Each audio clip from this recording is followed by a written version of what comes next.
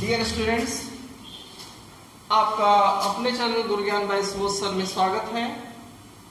आज हम लोगों का टॉपिक है द्रव का बहिस्त्राव वेग, और ये जानकारी टॉर्सली के द्वारा दी गई, इसीलिए इसे हम टॉर्सली का प्रमेय भी कहते हैं। डियर स्टूडेंट, ध्यान दीजिएगा, इसमें कुछ विशेष है नहीं। एक आपका ये टब है जिसमें कैपिटल एच हाइट तक द्रव भरा हुआ है, और ऊपर से इस स्वतंत्र तल से स्मॉल एच हाइट पर एक छोटा सा छिद्र है, होल है, जिससे बी वेग से द्रव जो है प्रवाहित हो रहा है और इस टंकी से x दूरी पर गिर रहा है।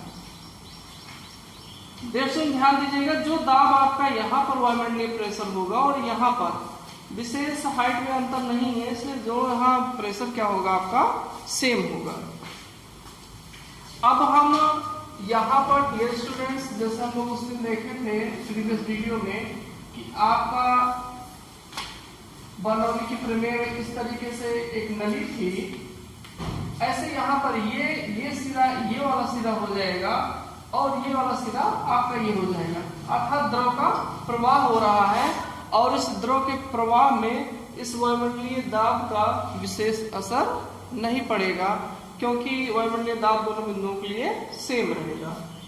अब बर्नौली की प्रमेय से डियर स्टूडेंट ध्यान दीजिएगा, P plus half rho V square, यहाँ पर जो द्रव के प्रवाह का वेग है डियर स्टूडेंट्स, यहाँ पे 0 है, इसलिए इस तल पर ये आपका x परिच्छेद है, ये y परिच्छेद, x परिच्छेद पर आपका वेग 0 हो जाएगा, तो टर्म 0 हो गया। किंतु यहाँ पर स्थितिज ऊर्जा है तो रो जी एच हो गया आपका, ये पूरा रो जी एच। देखो, हम कई बार कहते हैं कि जो आपको लैंग्वेज लिखना है आपको लिखना पड़ेगा, और लैंग्वेज में कुछ आपको विशेष नहीं लिखना है। इस टंकी के बारे में जितनी बातें हैं कि कैपिटल एच हाइट तक द्रव भरा हुआ है, स्मॉल एच हाइट पर एक छोटा सा होल है, एक्स परिच्छेद है, वाई परिच्छेद है, द्रव प्रवाह का वेग v है, यहाँ पर द्रव का घनत्व रो है, x दूरी पर पानी जो है आपका गिरता है टंकी से x दूरी पर। तो ये सारी सिंपल सी बातें हैं, इसको आप स्वयं लिखोगे। वायुमंडलीय दबाव x परिच्छेद y परिच्छेद के लिए क्या है, सेम है। तो यहाँ पर हम लोग बर्नौली का प्रमेय लगा देंगे। यहाँ पर ध्यान दीजिएगा, y परिच्छेद पर वेग आपका रहेगा v स्क्वायर हो गया, उसके बाद फिर आपका ये रो जी, अब ये हाइट क्या हो जाएगा डियर स्टूडेंट्स दोनों का, ये कैपिटल एच माइनस एच हो जाएगा ये हाइट, तो यहाँ पर ये हो गया आपका पी कैंसिल हो जाएगा, आपका ये रो जी कैपिटल एच भी कैंसिल हो जाएगा, रो जी एच माइनस में रहेगा, इस तरफ आ गया half rho V square, V equal to हो जाएगा √2 जी एच। यही बात 1664 ईस्वी में टॉर्सली ने बताया था कि टंकी से निकलने वाले द्रव का वेग v बराबर √2 GH होता है, और उन्होंने कहा कि h हाइट से गिरने वाले द्रव का किसी वस्तु का वेग भी क्या होता है, यही होता है।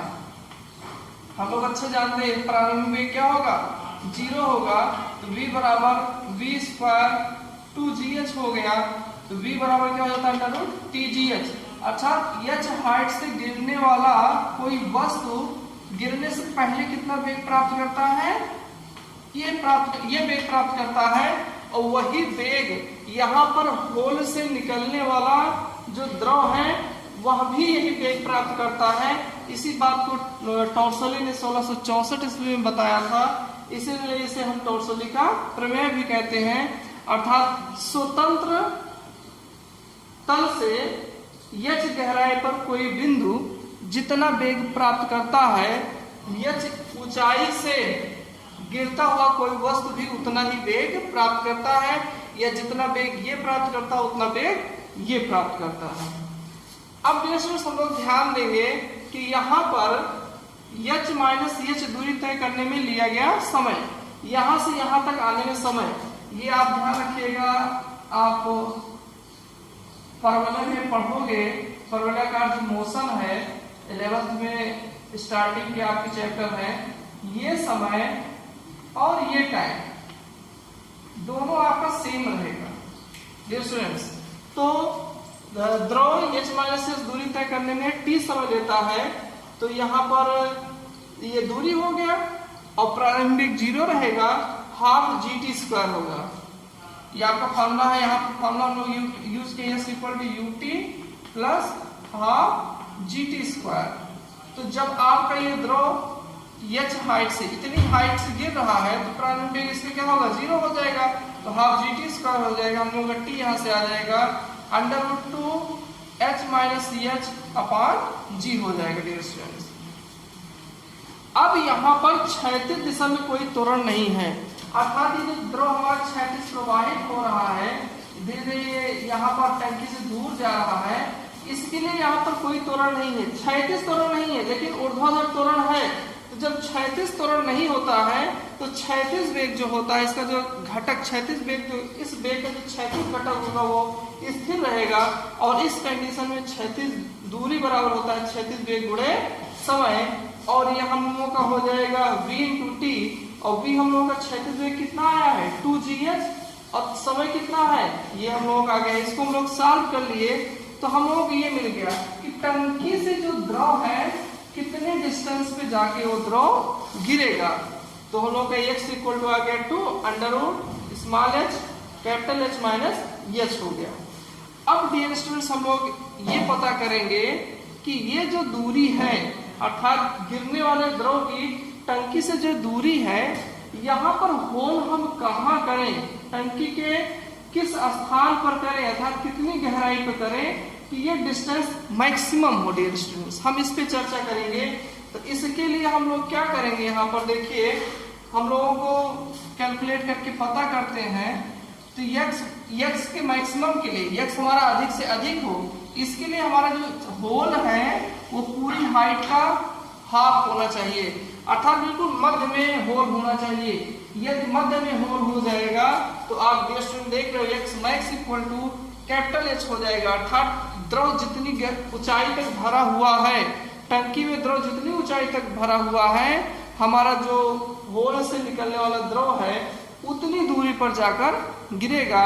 तो आप स्टूडेंट ध्यान रखिएगा कि हमें अधिकतम परास प्राप्त करने के लिए, अर्थात टंकी से द्रव अधिक से अधिक दूर गिरे, इसके लिए जो हमें होल करना है वो पूरी जो द्रव का पूरा हाइट है, आप द्रव का हाइट देखोगे, टंकी का हाइट नहीं देखोगे, द्रव की पूरी जो हाइट है उस हाइट के बिल्कुल मध्य भाग में, बिल्कुल मिडिल में हमको होल करना है।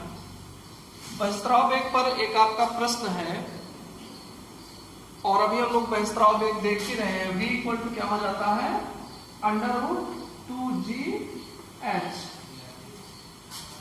ध्यान दीजिएगा, किसी टंकी की दीवार में जल के स्वतंत्र तल से 20 मीटर नीचे बने छिद्र से, स्वतंत्र तल से 20 मीटर नीचे बना हुआ छिद्र है, अर्थात स्मॉल h डियर स्टूडेंट्स क्या है 20 मीटर है, छिद्र से जल के बहिस्त्राव वेग ज्ञात कीजिए। हमको v ज्ञात करना, हम लोग जानते हैं अच्छे से v = 2gh होता है, v = आपका हो जाएगा 2, g हम लोगों का 10 होता है, ये आपका 20 हो गया। v = हो जाएगा आपका स्टूडेंट्स 200, और ये आपका 400 हो जाएगा। 400 मीन्स 20 × 20 हो जाएगा डियर स्टूडेंट्स, और v = आ जाएगा 20 मीटर प्रति सेकेंड। तो ये हम लोगों का एक बहिस्त्राव वेग के न्यूमेरिकल हो गया। Thanks for watching my video.